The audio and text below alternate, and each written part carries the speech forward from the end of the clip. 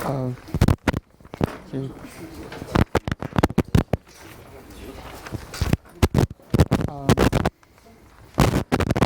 My talk is on these two papers of Kaliman and Makaryanov. Our general aim for today's talk is to look at the example of affine surface that have a lot of common with affine plane but don't admit a dominant morphism from affine plane. Throughout today's report, we will consider algebraic varieties of the field of complex numbers.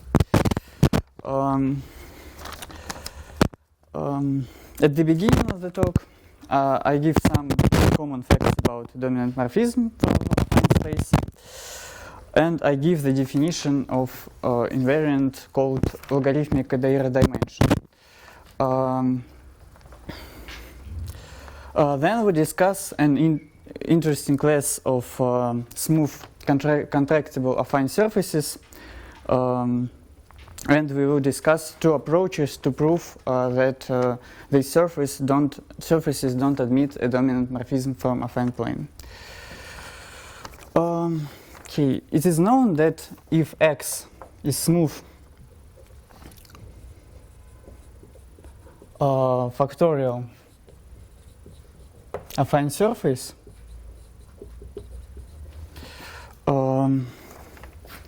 surface which admit a dominant morphism from affine plane,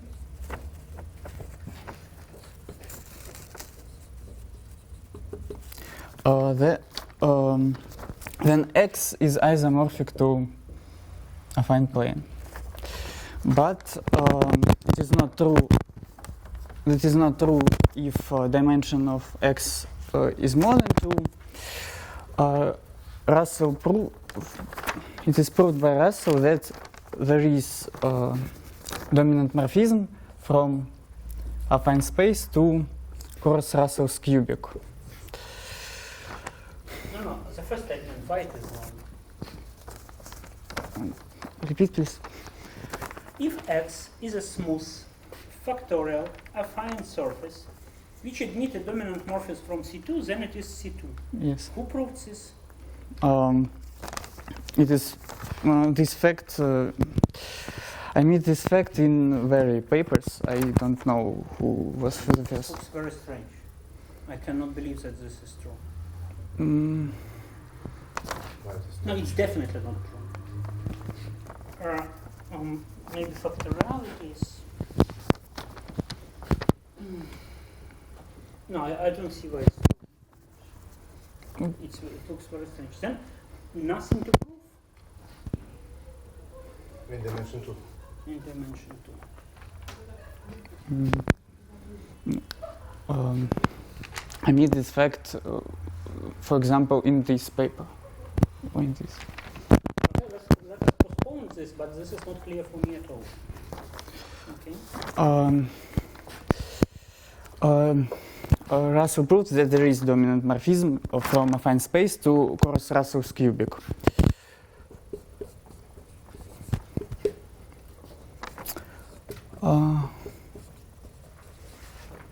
Okay, this morphism looks like that.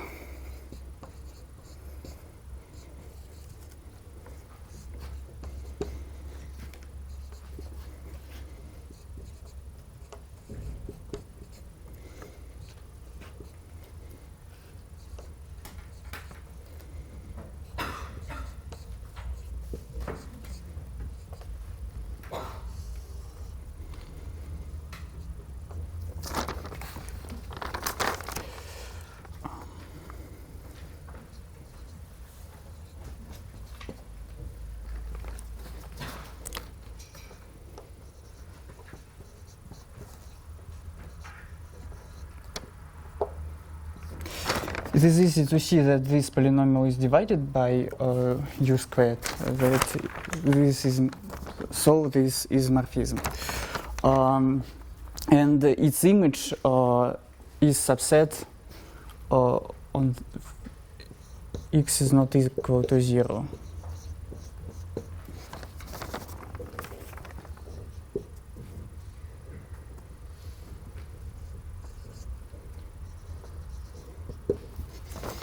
Okay, one comment concerning your first statement. Assume that C2, write down, is an open subset in X. Okay. Then the statement is clear, because divisors which are in the complement of this open subset, they generate freely the divisor class group of X. But if X is factorial, then divisor class group is trivial, and there are no divisors in the complement. But we know that the complement of the affine open subset is a union of divisors. So if there are no divisors in the complement, then complement is empty. So our X is C2. But when we have a dominant morphism, nobody says that the image of this morphism is C2 itself. It may be something different, not clear what is the image. And looking at this, I don't understand why such a statement holds. I can prove that. Okay. Now I will give the definition of invariant called logarithmic Kodaira dimension. Consider V is smooth projective variety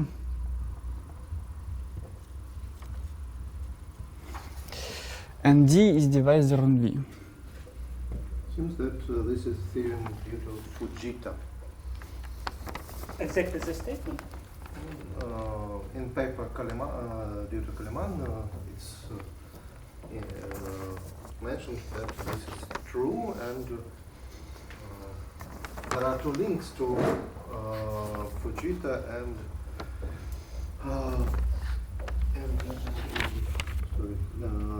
Gurier and Miyanishi, but it seems that Gurier and Miyanishi in dimension 1 and Fujita in dimension 2, but I'm not sure.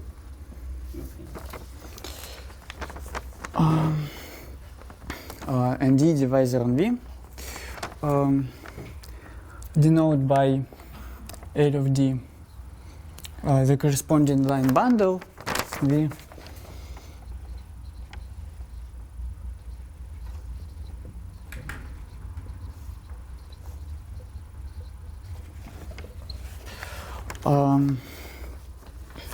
And by H0 of D and V, the space of its regular sections.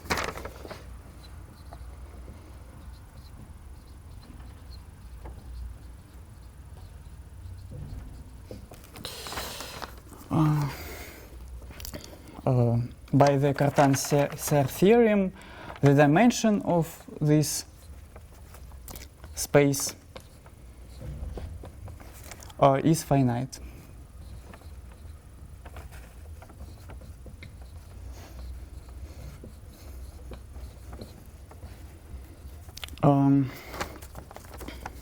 Suppose that that dimension is more than 0, and fix a basis of this vector space.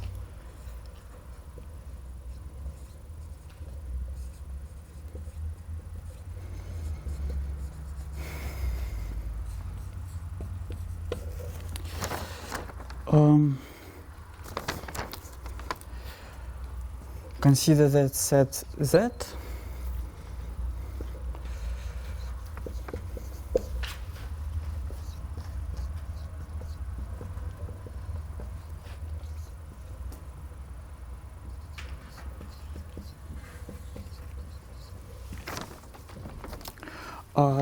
then for every point Z in V minus Z, we can fix a vector structure on the fiber of this line bundle, and then the point Vd of Z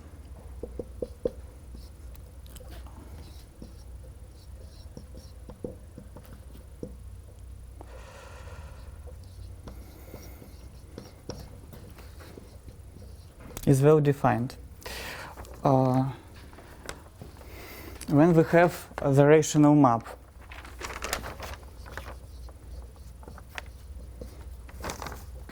from V to projective space.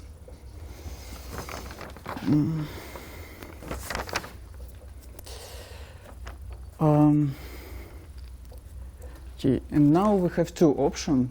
The first, that all these dimensions for every m, all these dimensions is 0. And second options that there is that this dimension is not equal to 0. Then we can consider the set n of d consists of all natural numbers such that the dimension is not equal to 0.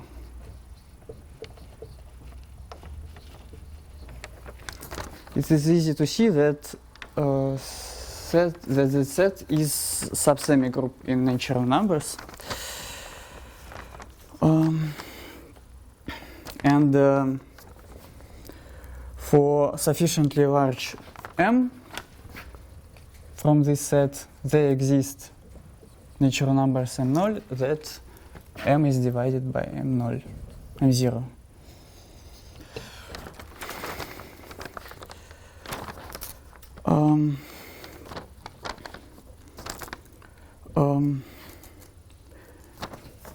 In the first case, we put number k of v and d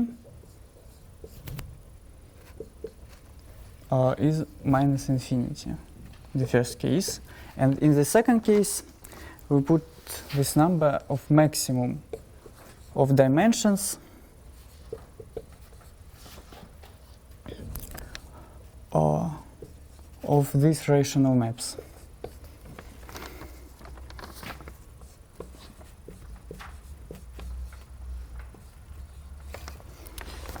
This map, it's not from V, or it is from V? It is a rational map from V, and it is a regular on V minus Z. Dimension of image of this material? Yes, image now. Yes. So can you explain non-formally what does it mean? So what is written here?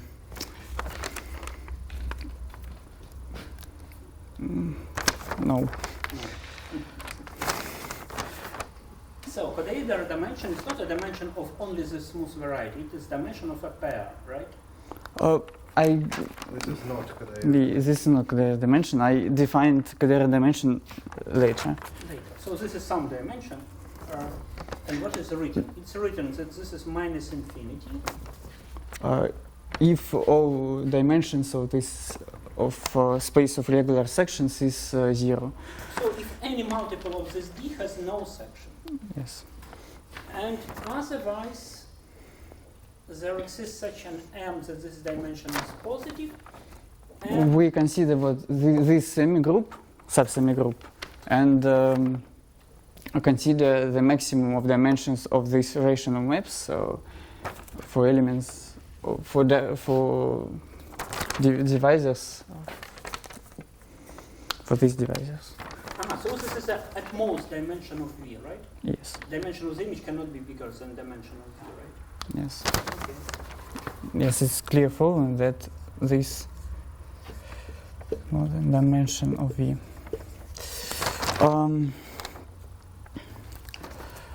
And there is this fact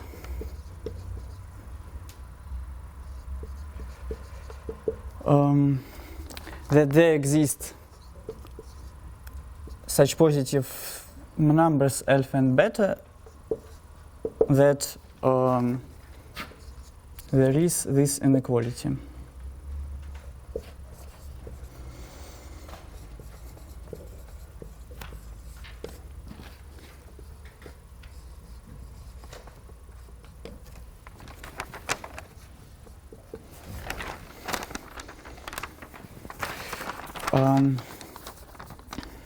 For sufficiently large m.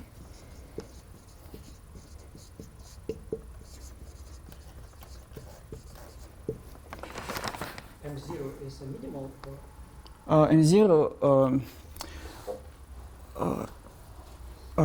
no, in the case in the case 2 there is such number M0 that for every sufficiently large M, M is divided by M0.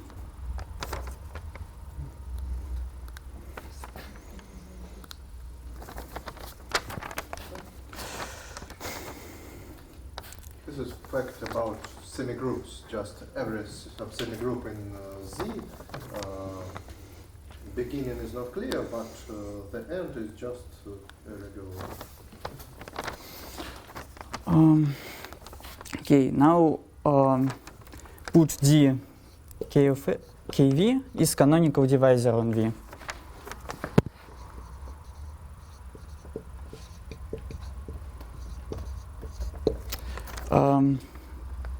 Then the number K of V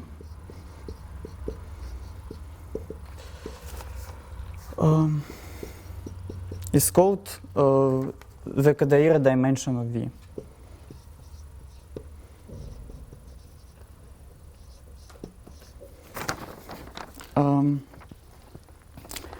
Now we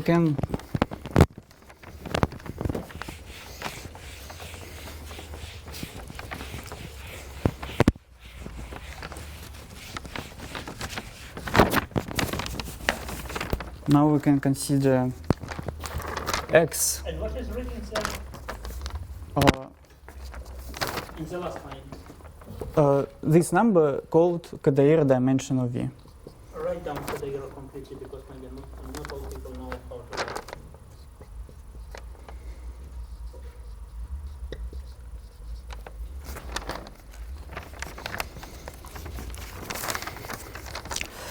Let's consider X smooth,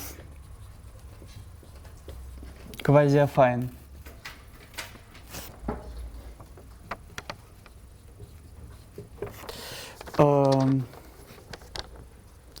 Variety and V the completion of X.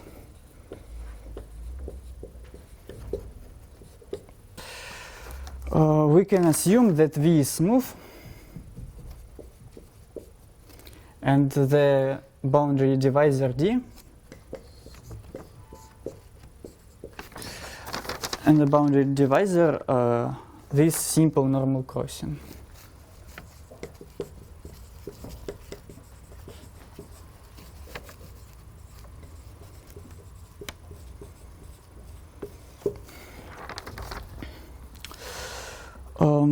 Then logarithmic Kodaira dimension of X, which we denote by K bar of X, is defined to be K of V and KV plus D.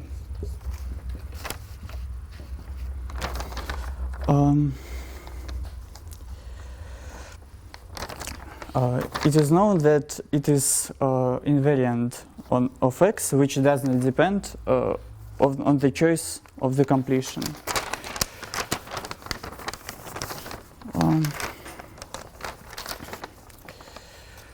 If this dimension is equal to dimension of X, then X is said to be general type.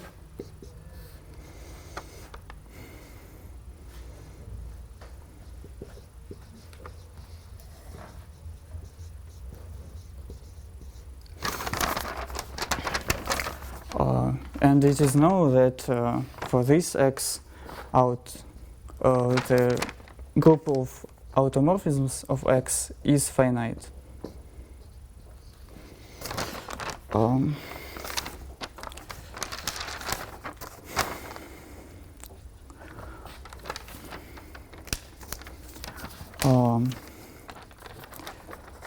In the case then logarithmic Kodaira dimension of X is equal to dimension of X, it is hard to describe so that these varieties, but in the case then it is less than dimension.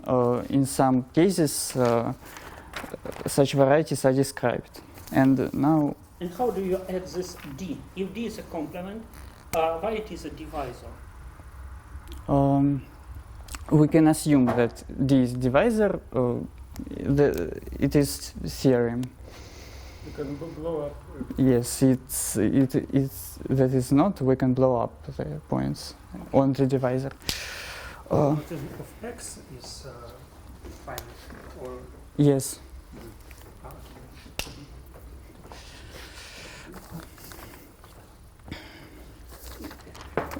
For example, For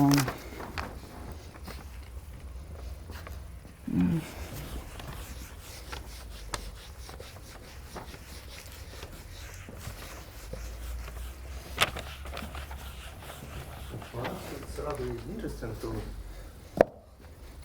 compute this dimension if we can understand that automorphism group is just finite, but It does not depend on completion. yes, but it seems that it's rather hard to compute this. Yes. And say take Fano variety. For Fano variety, anti-canonical divisor will be ample. So canonical will be anti-ample. So it will have no section, and for Fano variety we will always have case 1, right? Yes, I think. Yes. And for affine and projective space, we also in case 1. For example, if X smooth quasi-affine curve,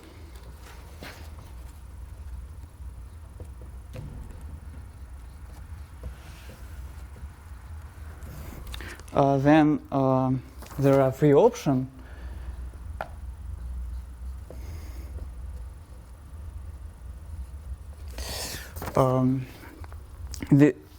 If logarithmic Kodaira dimension of X is equal to minus infinity, then X is projective line or affine line. If it is equal to 0, then X is elliptic curve or one-dimensional torus. And in the third case, there are others.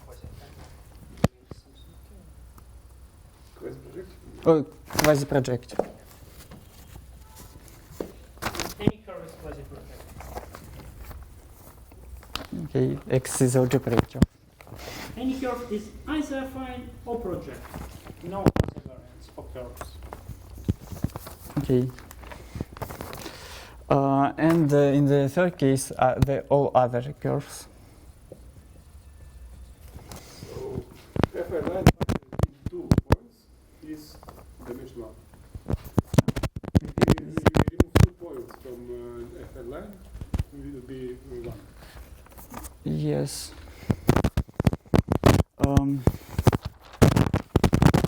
If we can compute, for example, logarithmic Kodaira dimension for one-dimensional torus, we can embed it into a projective line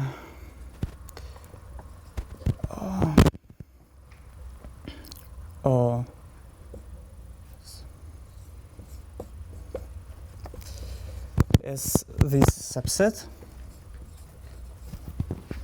So the boundary divisor is sum of this.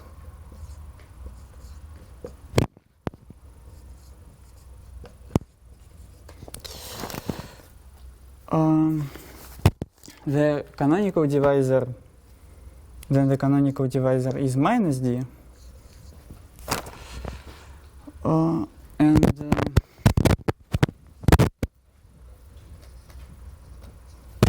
So we can see that dimensions of all sections is 0 divisor. yes, of all these sections equal to 1. And so from this we can see that logarithmic Kodaira dimension in this case is equal to 0.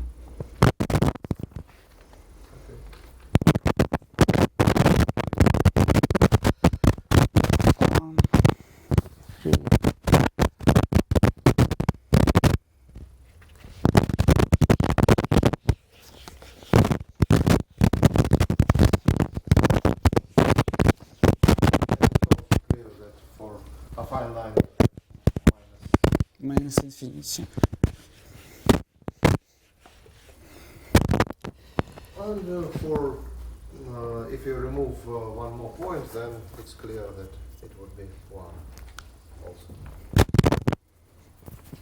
So this is the proof that if you remove 2 points from a fine line, then the automorphic group will be finite, but it's clear without this Kodaira dimension. Okay. Now we are interested in the case when X is smooth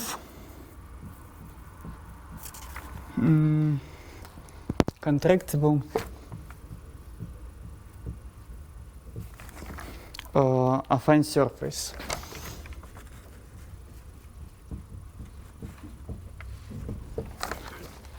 For this surface X, it is proved by Fujita that there is only free option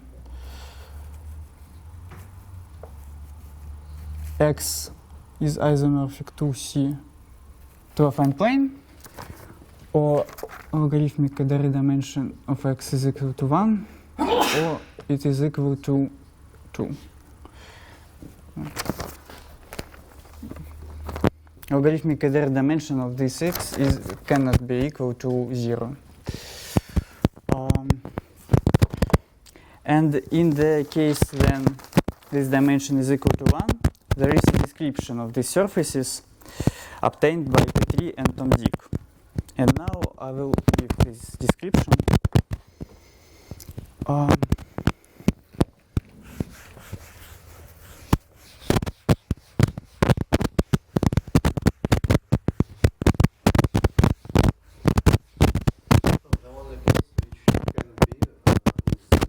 Yes.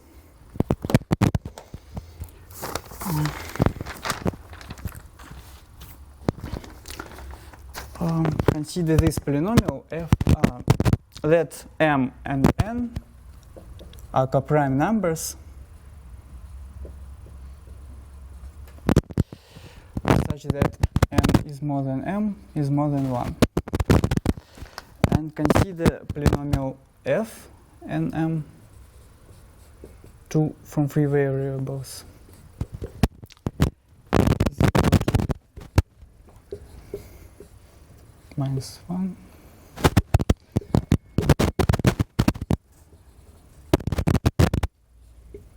It's easy to see that it is a polynomial. You consider hypersurface V and M defined by equation f and m is equal to 1 in affine space.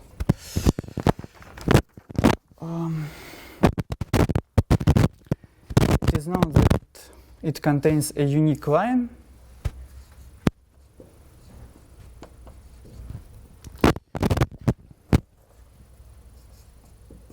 which we denote by L and M.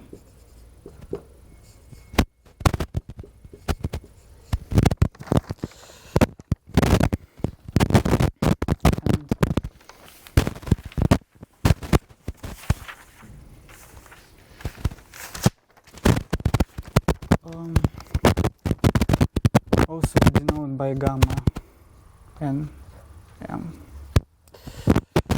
The curve on the affine plane, which denoted by this equation,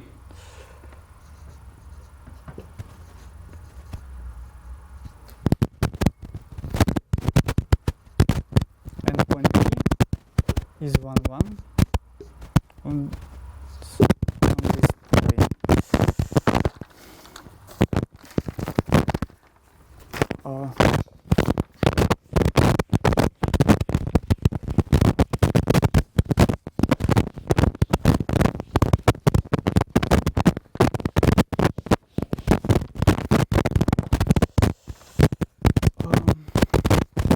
it is known that these surfaces are smooth, contractible affine surfaces, and there are the following theorem.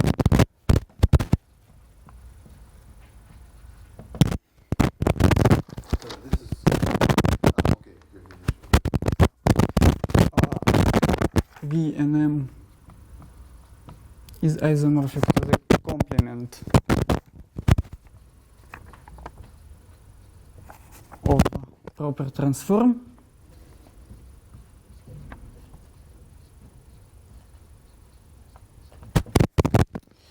of the curve gamma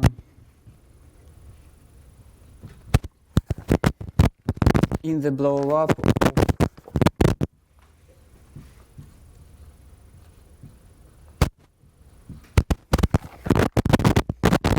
of affine plane at the point P.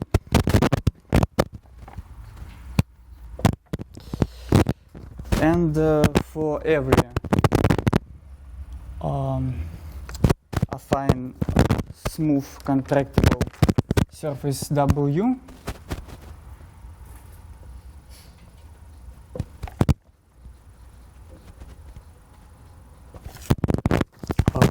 there exists a unique pair and M such that either V is isomorphic to W is isomorphic to V and M, or V can be obtained, W can be obtained by the following procedure. We consider the composition, the morphism rho, that is composition of blow up.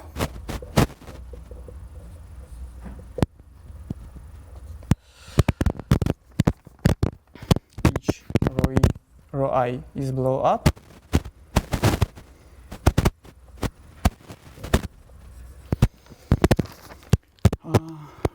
Rho 1 is blow up at the point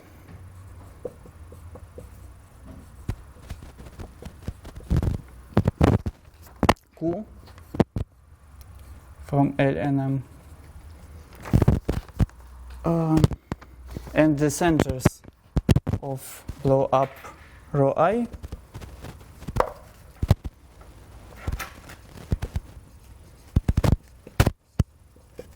lies on the exceptional divisor.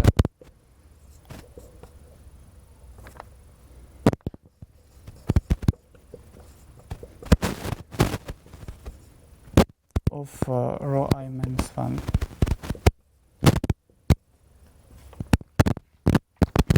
And then W is coincide. This is the complement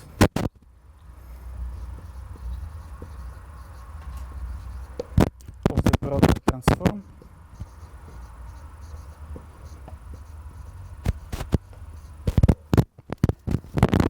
in W bar in W of the curve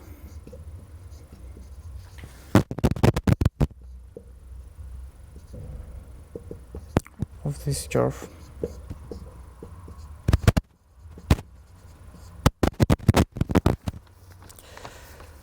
Under blow up rho G.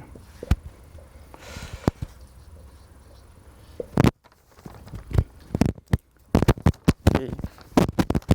I think that it should be explained. Formulate it once more. So we have W is Yes. there exists unique Pair. pair M that Or either W is isomorphic to this, or what? or we consider the composition of blow up. Okay. And W is complement of the proper transform of this curve under blow up rho G. J. The exception curve, they or maybe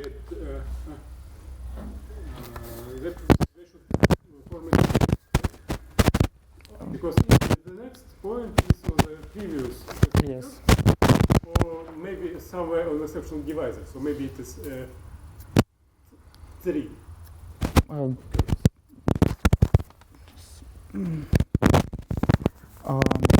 No, the center of the second blow up is lies on the exceptional divisor on the previous. Okay, so this is a chain.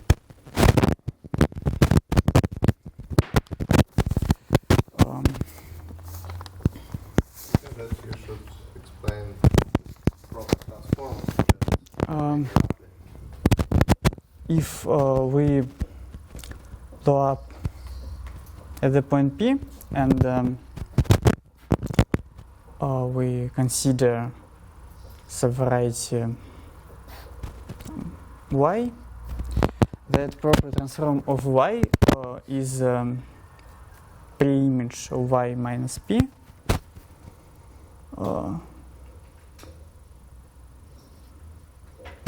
And we should take complexion of this image, closure of this image.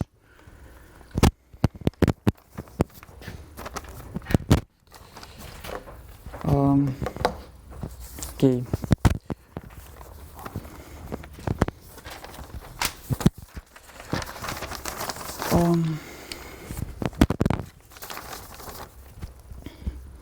May I ask you to apply on V and M?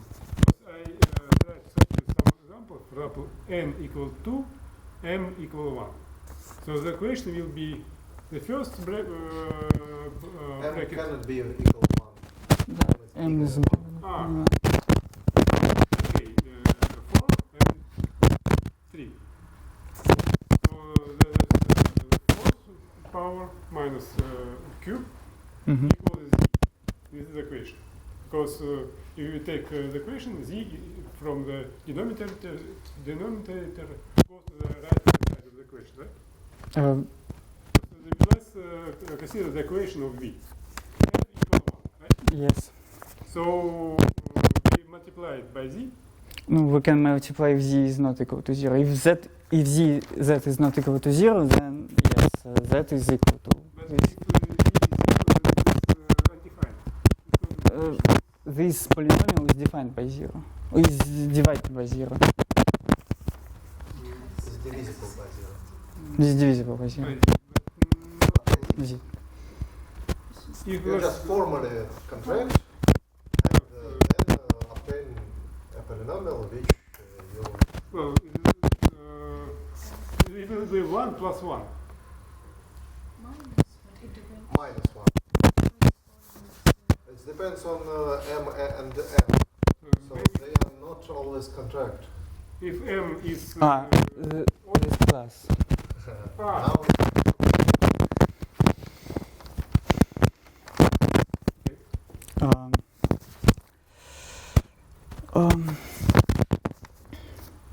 Okay, denote by rho W is identical map in the first case and restriction of rho to W in the second case. And denote by LW is pre-image of line L and M.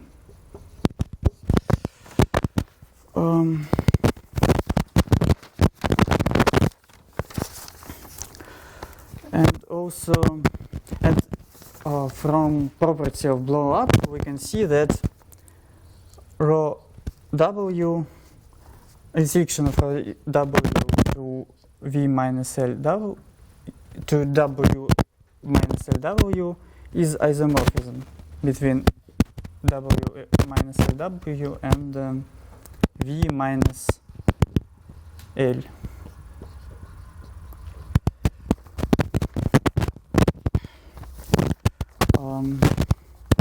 And put by U 1 plus xz and by V 1 plus yz,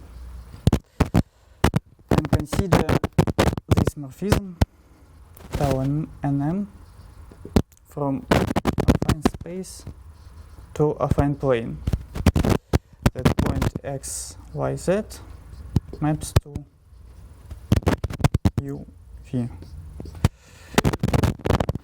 I fix some limitations, and later I will prove that these surfaces W doesn't admit dominant morphism from affine plane.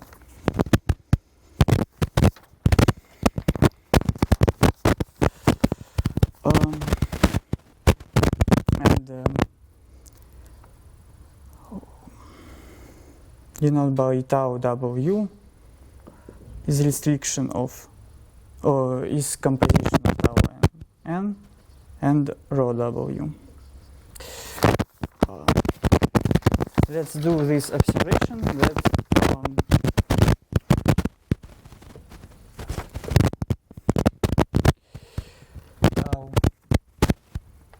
nm, the image of tau nm of Vnm is equal to C2 minus gamma, the union of C2 minus gamma and point P. The image of line A is equal to P, and the image of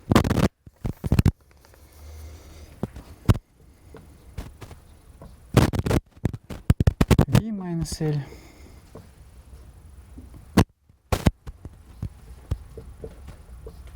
is equal to C2 minus gamma. It is easy to see because if z is equal to 0, this is clear that image of that line is P. And if z is not equal to 0, then from this equation we can see that z is equal to un minus vm.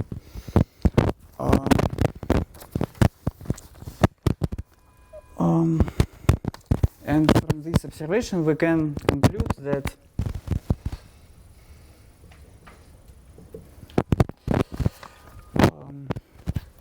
tau W, the image of tau W is equal to C2 minus gamma union this P.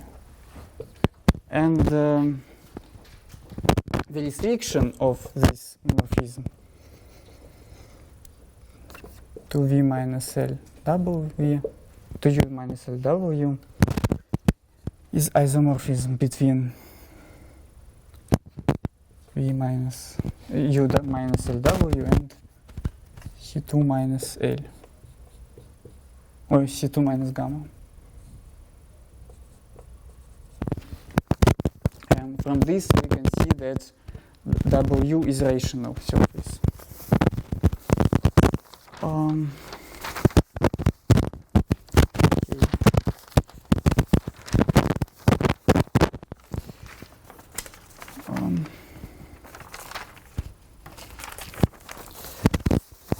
Now put the Z W is composition of Z.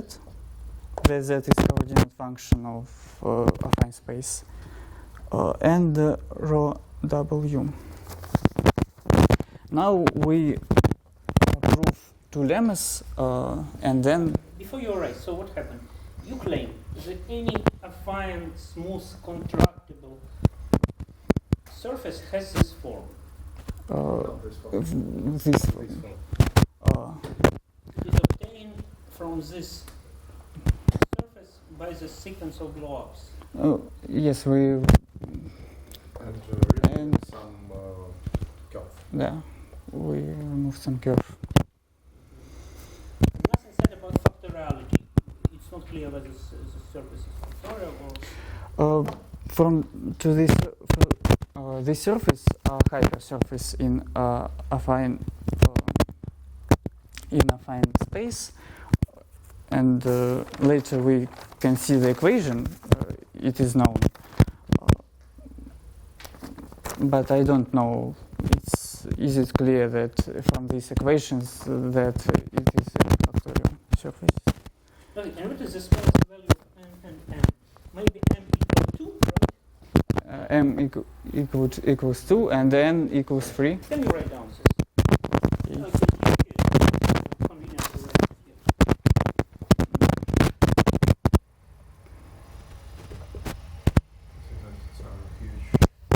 Can you compute the equation? Or I can.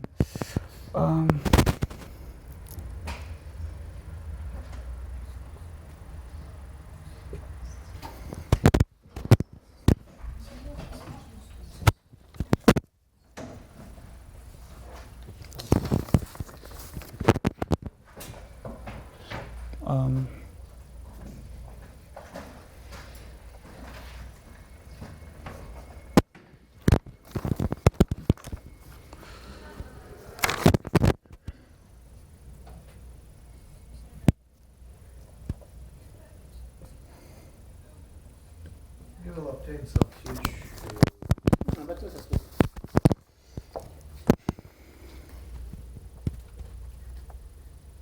Yes.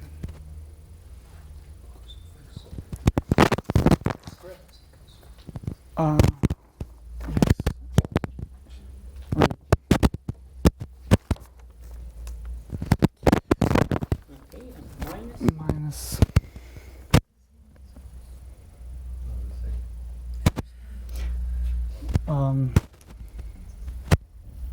Vice versa.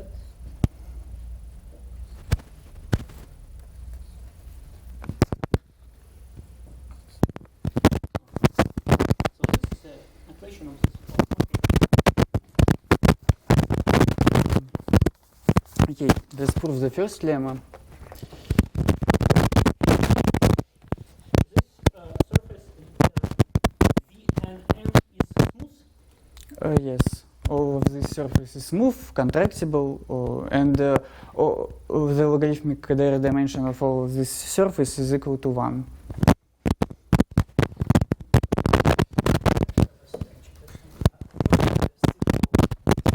non-contractible affine surface or something. No. Maybe you prove it? Yes. Yes, actually. Elliptic curves.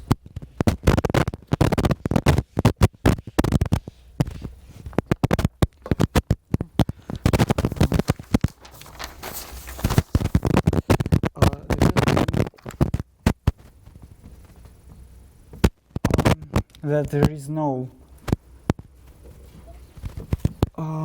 closed plane algebraic curve R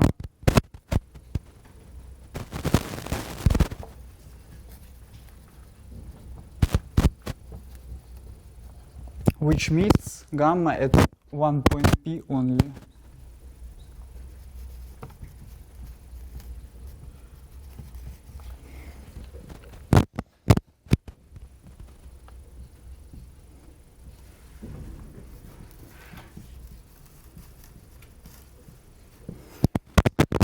Okay, let's prove. Assume the contrary, that R is zero fiber of polynomial P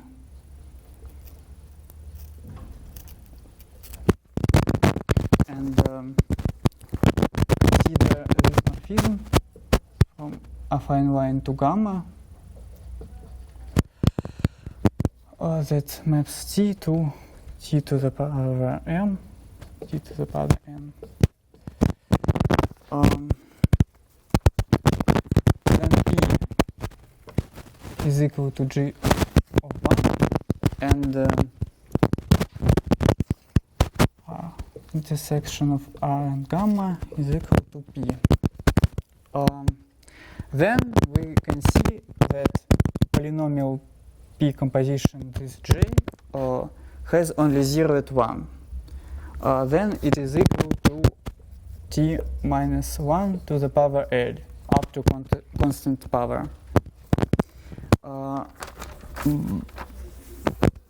the other hand, this polynomial is element of the algebra generated by T, n and Tm.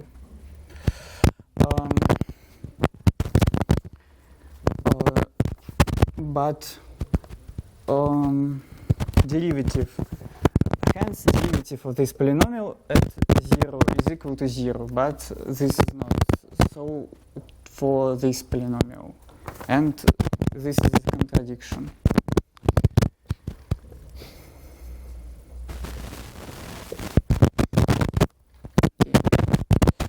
The second lemma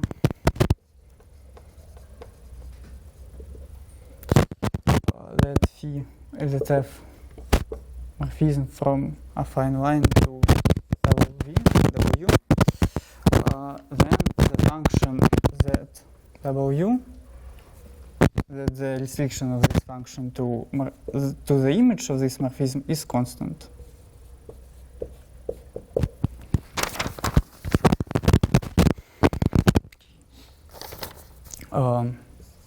Let's prove it.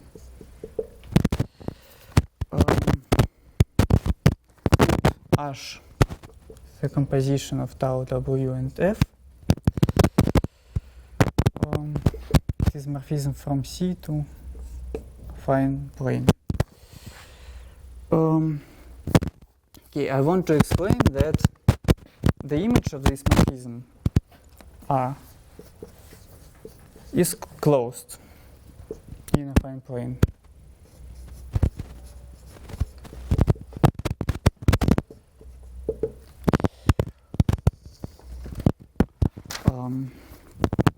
We can embed affine line to projective line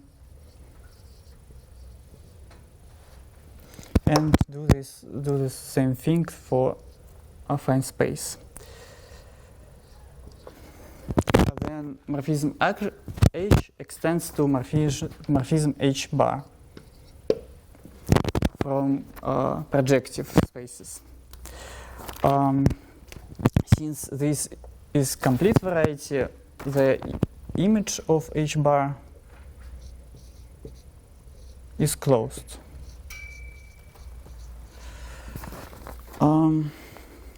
But this curve meets the hyperplane at the infinity at only one point, and this point is image of the point and infinity on projective line.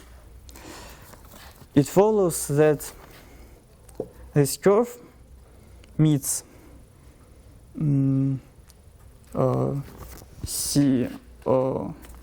this curve meets affine plane at the image of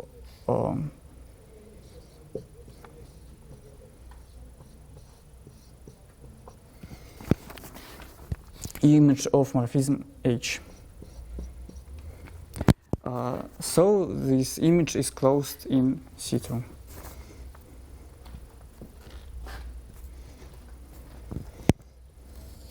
Okay.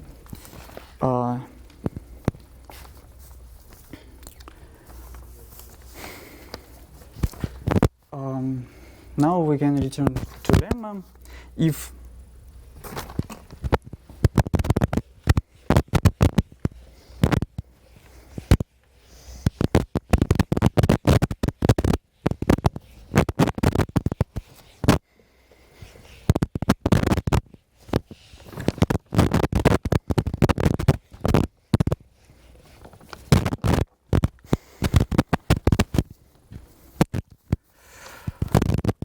restriction of that to R is non-constant, when R meets gamma and M,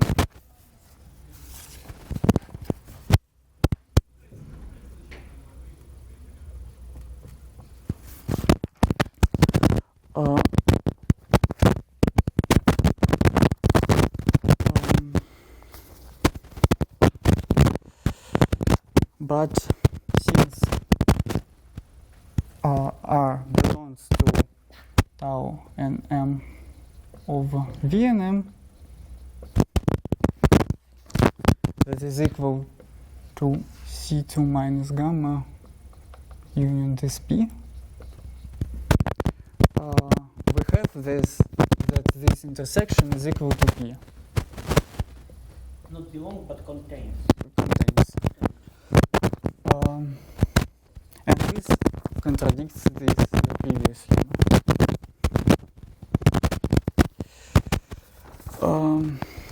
Okay, now we're ready to prove the theorem. Let's formulate it.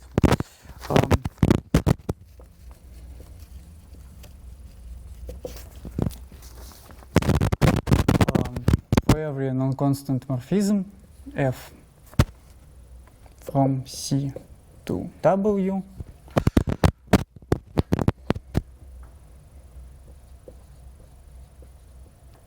the image of this morphism is contained in line LW.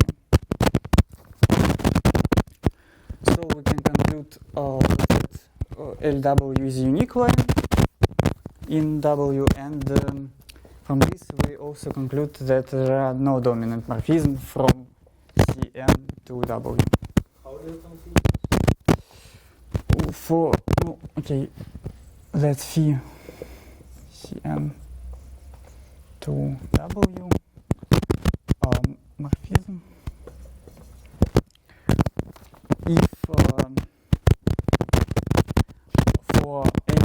If there are point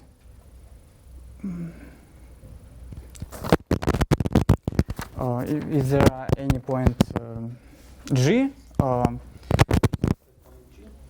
there is a point G such that phi of G is not contained in LW.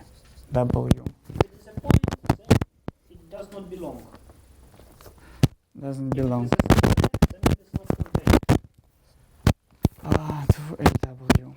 Then for every any point doesn't belong to LW from this theorem. Say again. If there is such point G, then image of any point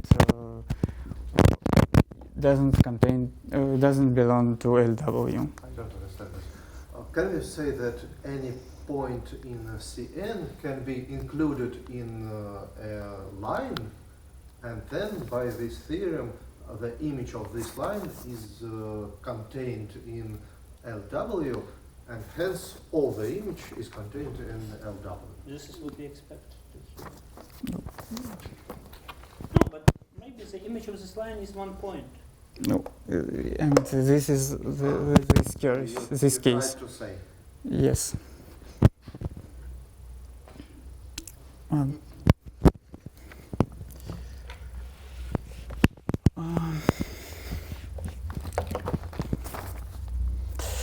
Okay, let's prove that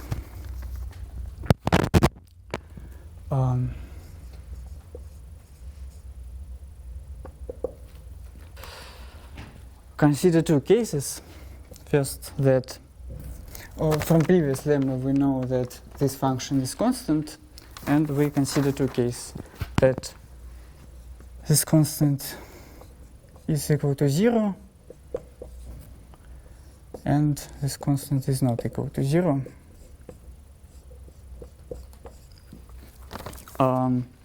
In the first case,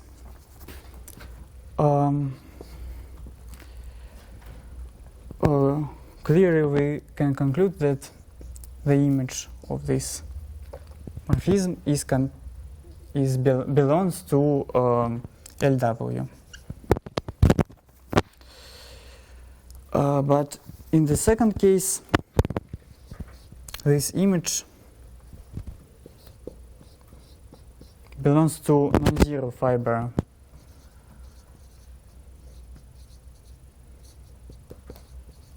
of function ZW, which is isomorphic to this curve f and m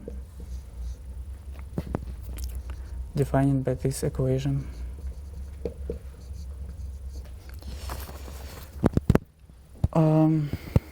Okay, since rho W, since restriction of rho W to W minus LW is isomorphism. If F is non-constant morphism, then F generates a non-constant morphism phi from C to F and M.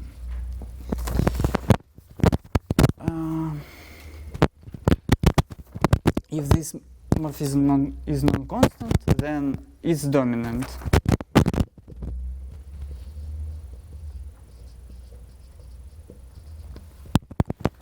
Then we have the dual morphism F star, phi star is embedding.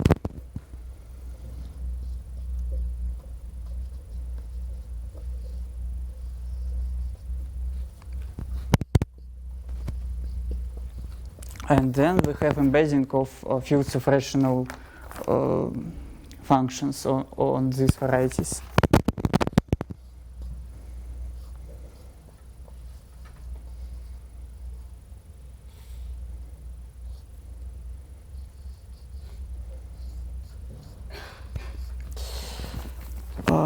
But this curve is not rational. And by Lerod's theorem, all subfields in this are fields of from one variable. Lerod's theorem. And this is a contradiction. Then F should be constant.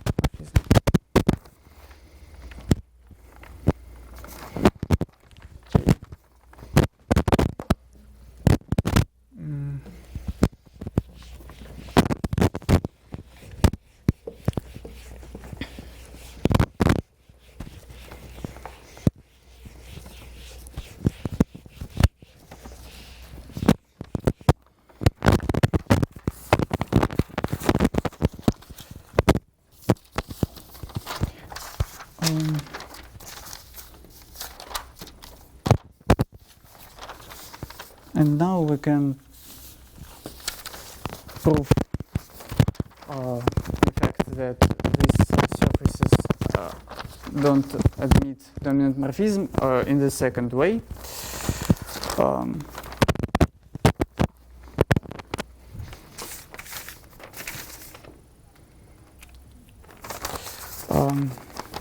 Let x1, xn coordinates in affine space Cn.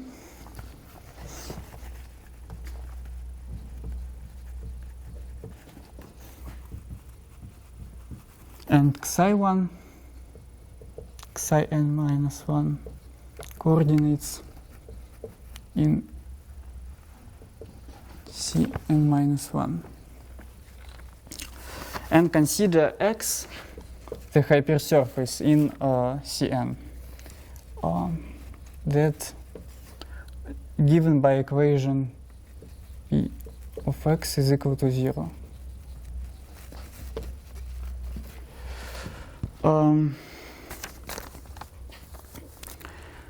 Suppose that phi from Cn minus 1 to X is morphism. What is F or what is X? X is any hypersurface.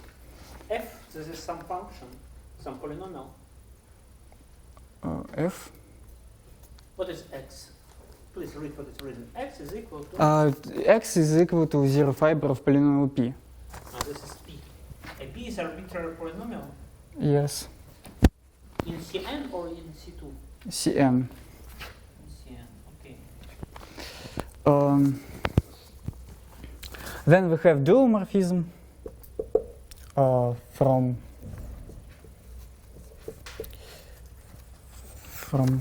function of X to polynomial ring.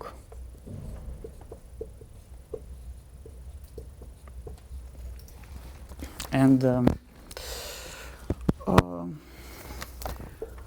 we can identify functions on X, these polynomials from Xi by this morphism.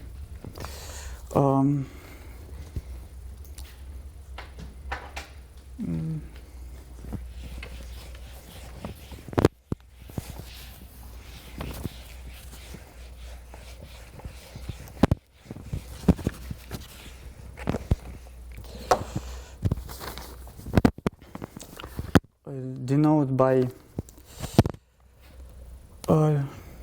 pi the partial derivative of p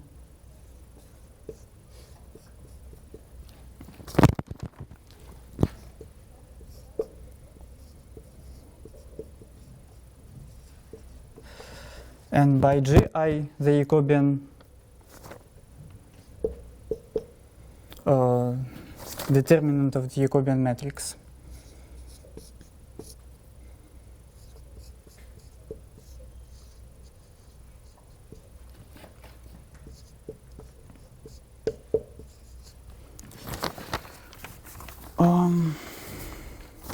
Okay, let's prove lemma.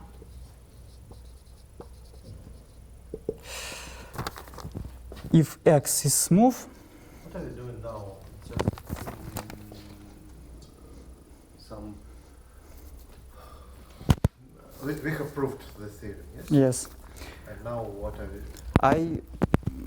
I want to give the second way to prove this theorem. The second way to prove this.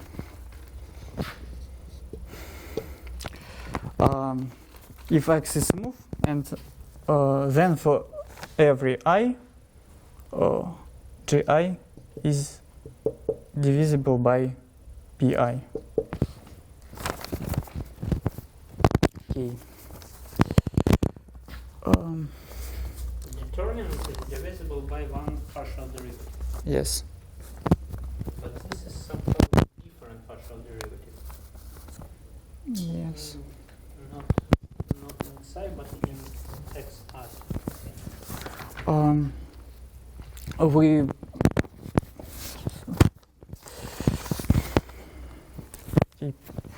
proof. We consider the case then I is equal to 1.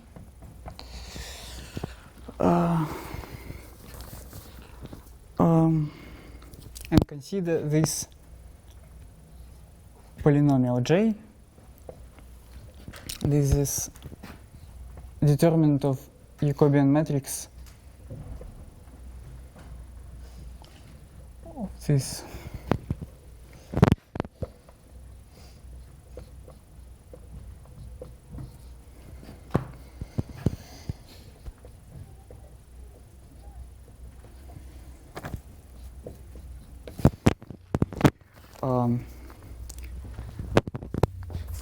From the one hand, is it equal to 0 because the image of p in ring of polynomial is equal to 0. But we can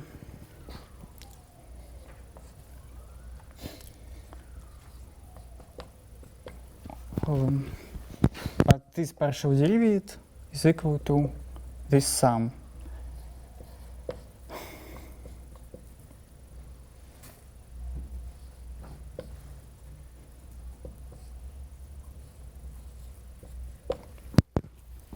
Then we can write this on this form.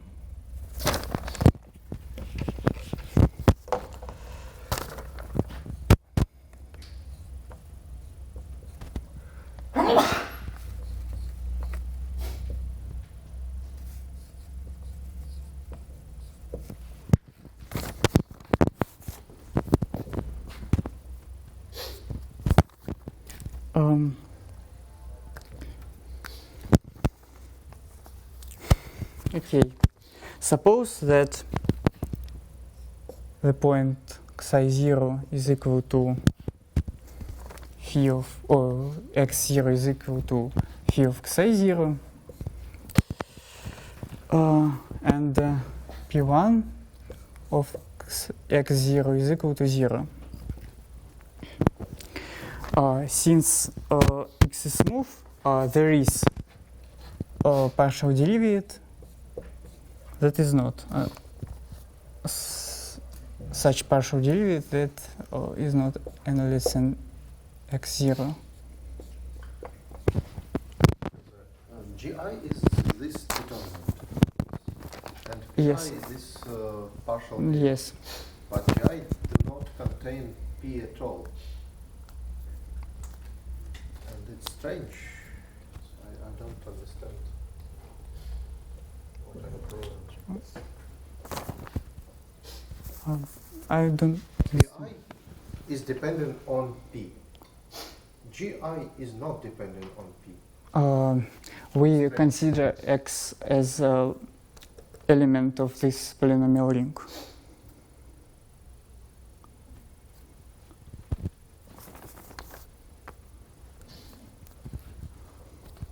Okay. For any morphism phi of this form, you consider algebra of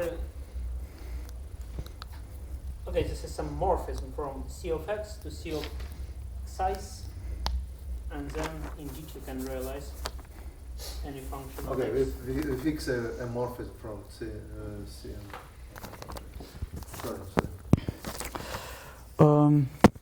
Okay. And from this equation we can conclude that G1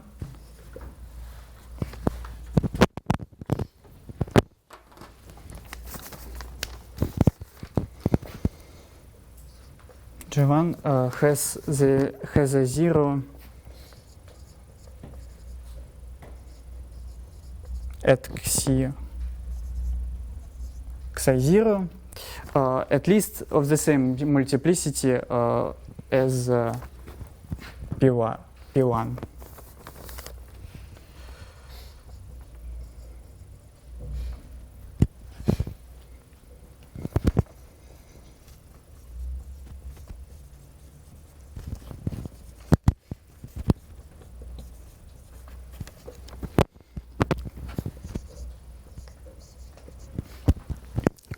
And hence G1 is divisible by P1.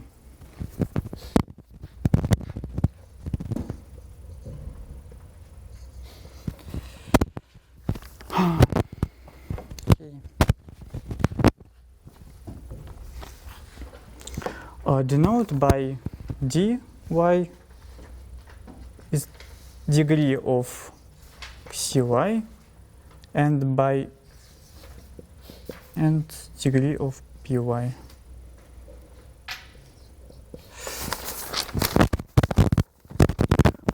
Then we can write these inequalities. The degree of gy is less or equal to this sum.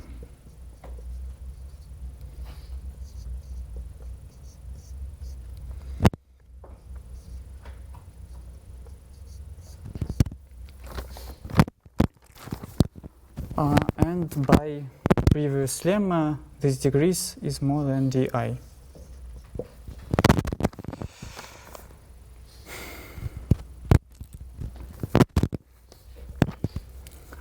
Then we can write this inequality that sum of g is more than di n minus 1.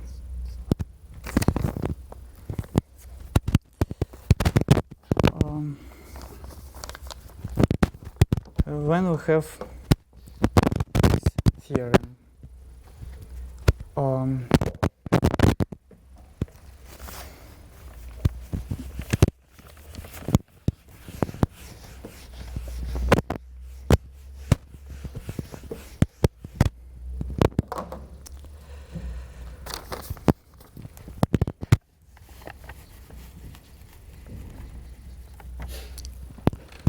that for every subset I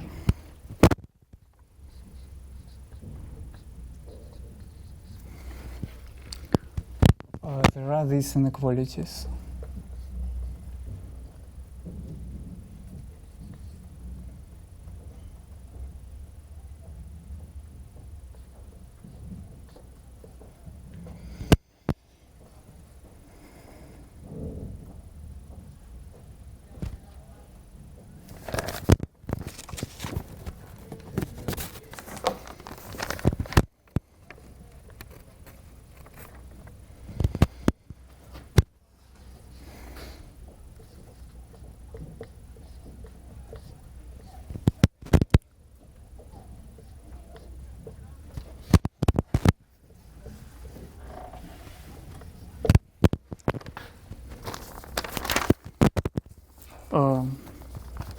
And in particular, then is this subset? Is this set? When we write this inequality, Yes, sum is empty.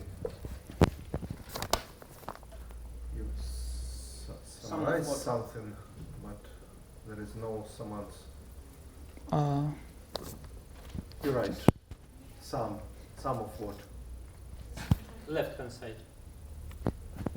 just some okay, thanks. Sum of D J.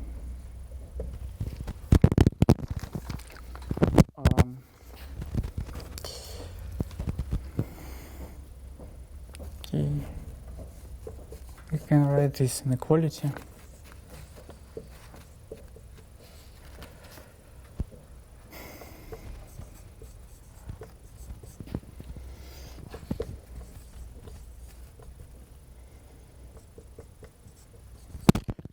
We can write these inequalities in the case that phi is arbitrary morphism, but they make sense when phi is dominant, because we want that these degrees are not equal to minus infinity. And if phi is dominant,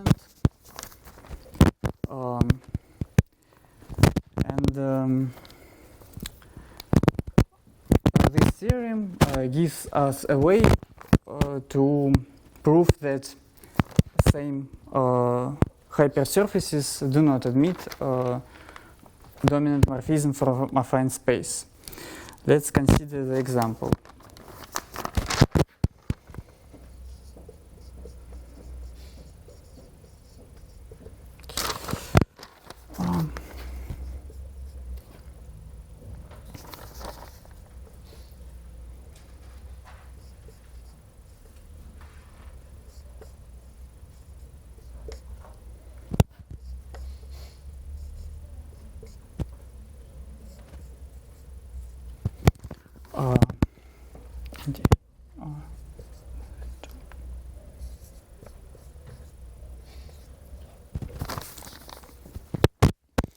Okay, this polynomial P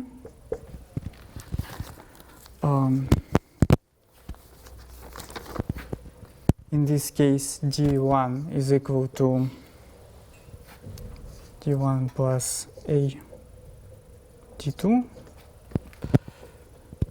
D2 is equal to D1 plus A minus 1 D2.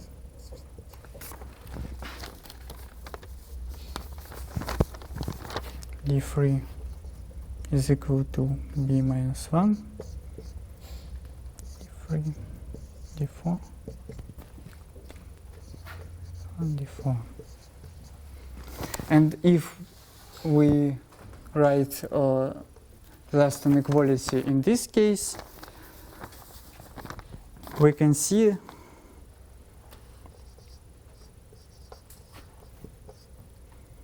that it is not correct.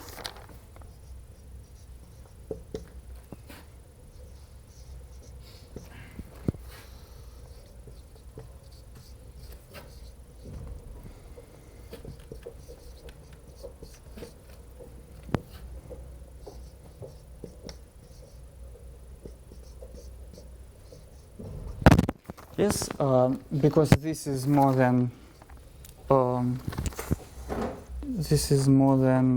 3. This is more or equal than 3, and this is more and equal than 3. Yes, that implies that right side is more than left side, and we can conclude this. These hypersurfaces do not admit dominant morphism. Okay, you obtain just a very particular example. Yes. The smallest example is x1 plus a is bigger, a is equal to 2 and b and c is equal to 4, yes? Yes. Okay, and what is the line here? Can you write down this particular example, please? X1 plus.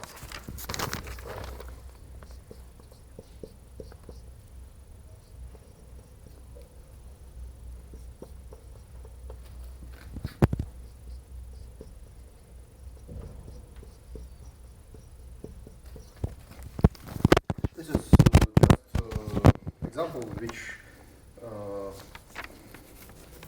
can be obtained by the first construction, yes? Yes. And so there should be a line inside this variety.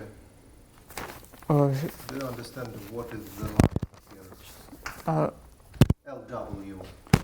This is example. Yes. This is other example. This is not W. Okay, I'm sorry. This is example to demonstrate how theorem works. Time is over. So what you are going to say? I want to say that we can define hypersurface W by the equation, and from this equation and this theorem we can easily conclude that these surfaces don't admit a dominant morphism. And they are rational.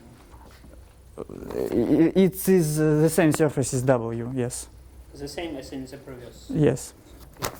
I can first read the equalities that defined W.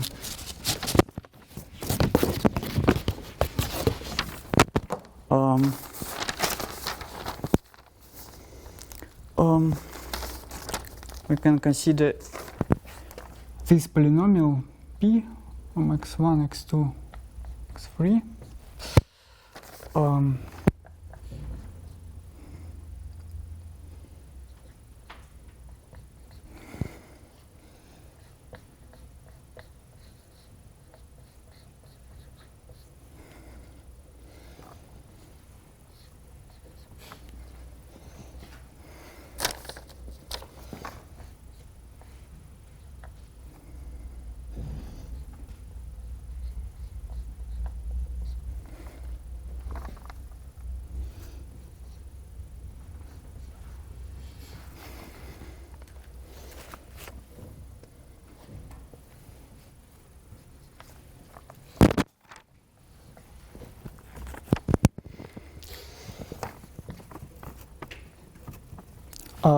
The G1, Gi of 0 is equal to 1, degree of Gi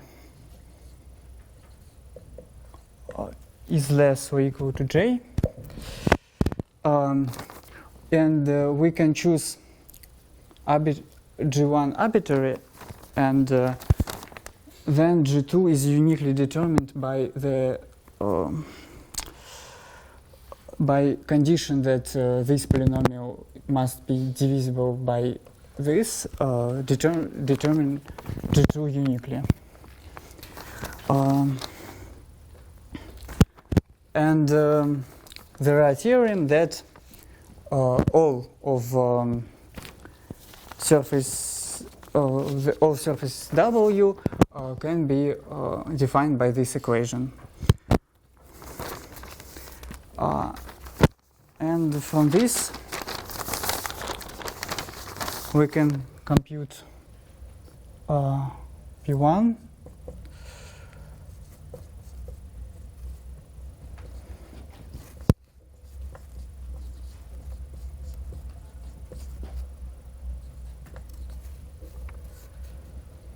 P2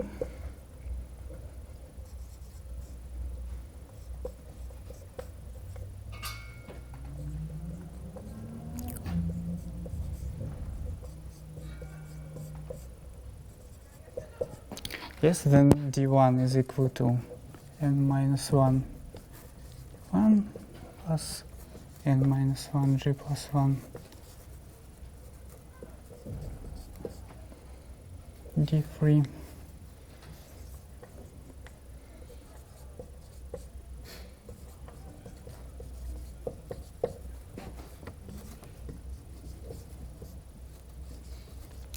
And in the case then I is equal to the set of 1 and 2,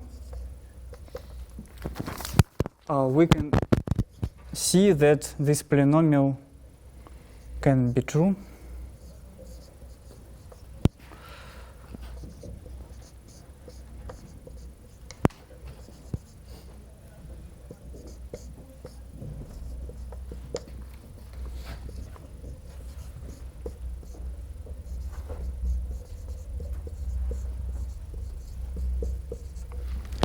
Because this is more than 1, and this is more than 1, and this is more than 2.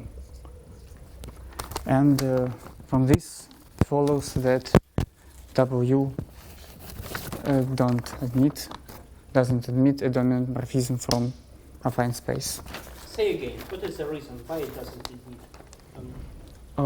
Because for that set I, these inequalities cannot hold. This inequality approved in the assumption that there is a dominant morphism. Yes, if there is a dominant morphism, that these inequalities should be true.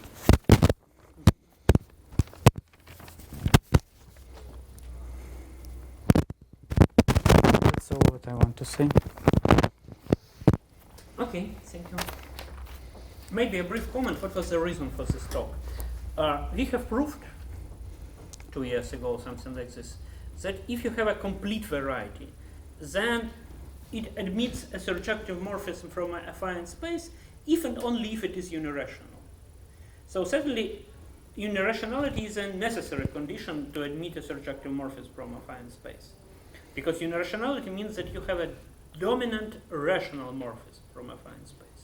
And we prove if you have a dominant rational, then you have regular and surjective morphism from a affine space. And this is natural to expect that we have this property also for affine variety, not only for complete variety.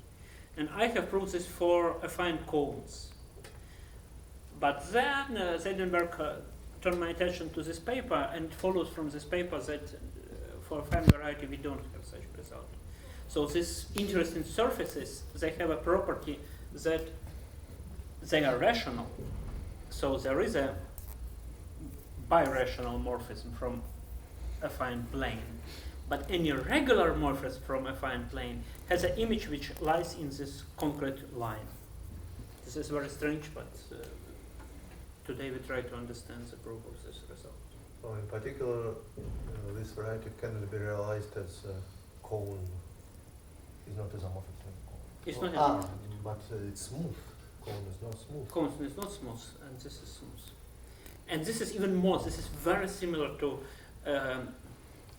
affine plane, because this is contractible. Topologically, this is trivial, right? Mm-hmm. But nevertheless, there are no dominant morphisms from affine to space. Okay, But if you consider higher dimensional affine space. But if it doesn't admit from C2, then it doesn't admit from higher dimension. But maybe it becomes surjection. No, because any You have only one line. any affine yes. space of any dimension is covered by affine lines. Yes. And if any lines has prescribed image, then the same holds for any affine space of any dimension. But your talk was too technical, so it's better to explain the ideas, not just to write formulas, but to explain the reasons and so on. Okay, I don't know whether it was easy to understand, but at least we believe that you understood this proof and you checked that this really holds. Any more questions, comments? If not, then many thanks to Dmitry. We can stop the